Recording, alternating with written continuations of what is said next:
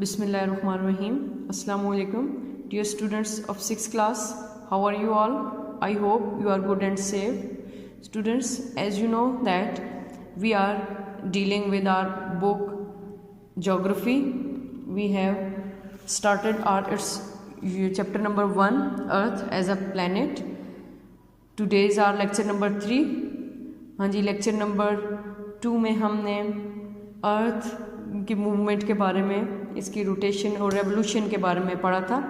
और रोटेशन में हमें मालूम हुआ कि डेज और नाइट्स फॉर्म होती हैं, जबकि रेवोल्यूशन में हमारे ये नॉलेज में आया कि सीजन्स जो हैं वो, यानी मौसम जो है वो चेंज होते हैं। आज हमने पेज नंबर 9 पढ़ना है, सोलर एंड ल्यूनर इक्लिप्स।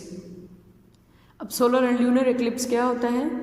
आपने चांद ग्रहण और सूरज ग्रहण के बारे में सुना होगा। ये वही चीज़ें हैं। The earth revolves around the sun, ज़मीन जो है वो सूरज के गिर्द चक्कर लगाती है या घूमती है। And the moon revolves around the earth, ज़मीन सूरज के गिर्द चक्कर लगाती है और चांद जो है वो ज़मीन के गिर्द चक्कर लगाते हैं।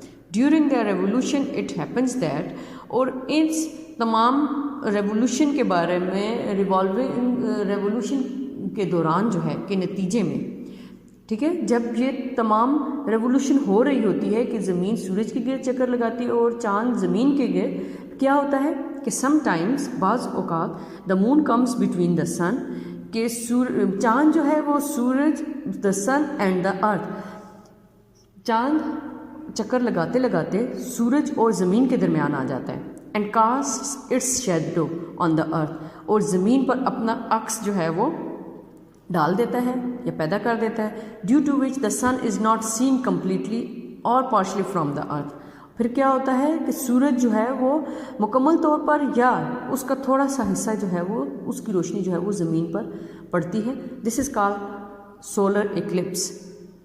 ये सूरज ग्रहण कहलाता है कि जब चांद जो है वो ज़मीन के गिर्द घूमते घूमते अचानक सूरज और चांद के दरमियान आ जाता है।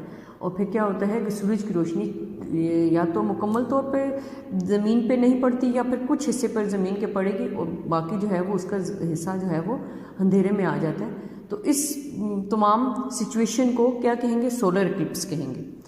फिर अभी चांद ग्रहण क्या है, ल्यूनर इक्लिप्स क्या है? Some time the earth comes between the sun and the moon, बाज़ औक़ात ज़मीन जो है वो सूरज और चांद के दरमियान आ जाती है। And cast its shadow on the moon, और मून पर अपना जो है वो शेडो कास्ट करती है, डालती है, या उसका अक्स जो है वो मून पर पड़ता है। Due to which the moon is not seen completely और पार्शली फ्रॉम द अर्थ। फिर क्या होता है कि ज़मीन से सूरज जो है, चांद हमें मुकम्मल तौर पर या थोड़ा सा हिस्सा उसका नज़र नहीं आता। This is called lunar eclipse. ये ल्यूनर इक्लिप्स कहलाता है।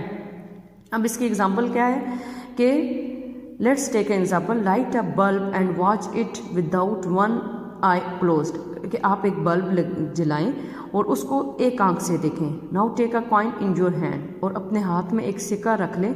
And bring it near the eye in such a way, और इसको अपने आंख के नज़दीक उस सिक्के को इतना करीब ले जाएं that the coin comes between the I and the bulb, के आंख और बल्ब के दरमियान जो है वो सिक्का आ जाए। नाउ सी दैट, अब आप देखेंगे, अब आपने देखा कि is the bulb being seen, क्या आप बल्ब को देख सकते हैं? नहीं।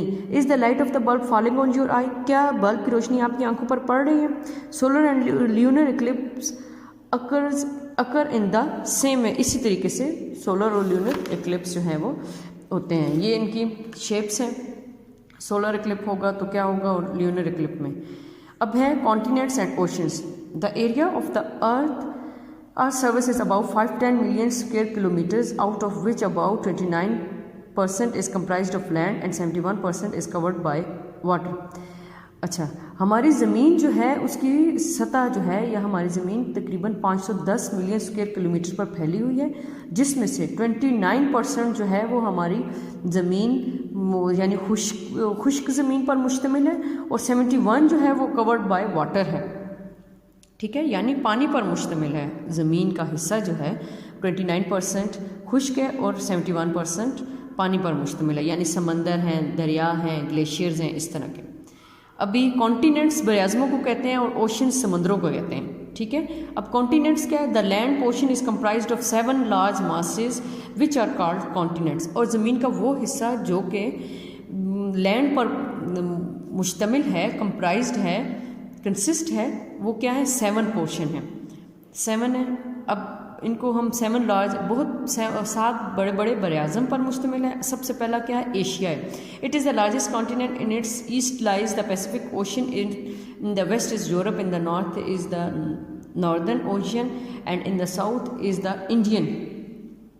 अब कहते हैं एशिया जो है वो सबसे बड़ा बरआज़म है। इसके ईस्ट में पैसिफिक ओशन है, इसके वेस्ट में यूरोप, इसके नॉर्थ में नॉर्दर्न ओशन और साउथ में इंडियन ओशन है। सेकंड हमारे पास कॉन्टिनेंट है, 7 कॉन्टिनेंट्स है, Asia, Africa, north America, south America, Antarctica, Europe और ऑस्ट्रेलिया।